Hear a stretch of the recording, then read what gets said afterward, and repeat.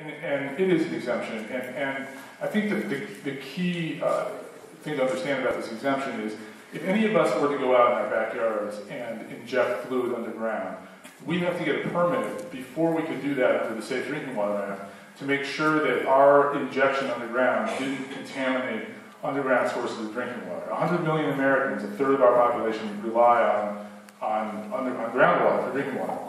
That's why we have this law. And part of that permitting process provides that you have to do a site survey before you can get that permit. You have to look within a quarter mile of where you're going to inject that fluid and find out if there are any old oil or natural gas wells. This is specifically in the regulations.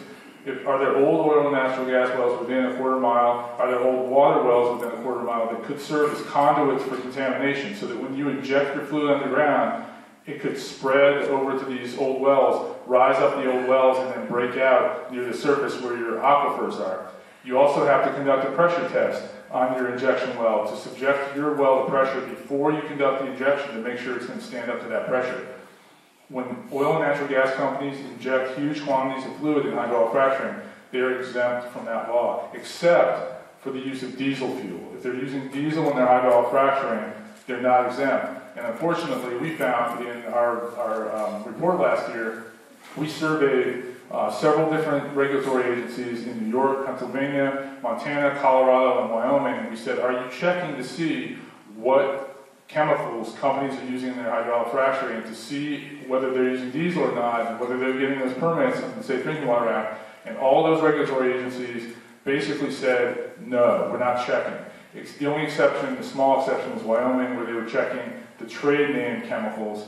And what that means is the company would say something like, we're using Zeaflow, but they don't have to tell you, and they don't necessarily tell the state at that point what was in it. So, that's the big concern, is these old, the presence of these old wells, that doesn't get checked for, and the pressure test is not performed in general when hydraulic fracturing occurs. And in an area like this, that has a lot of old wells, that could be a route of migration in hydraulic fracturing. It could be a big problem. It applies by force of law in the state of Ohio, including if you permit for a Class 2 well, or if you permit to drill and complete and frack an oil and gas well.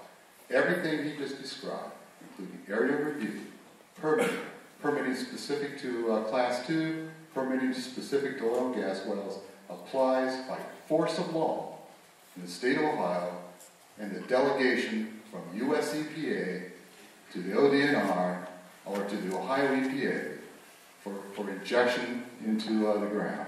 Everything he just described exists and works. Okay, thank you, Tom.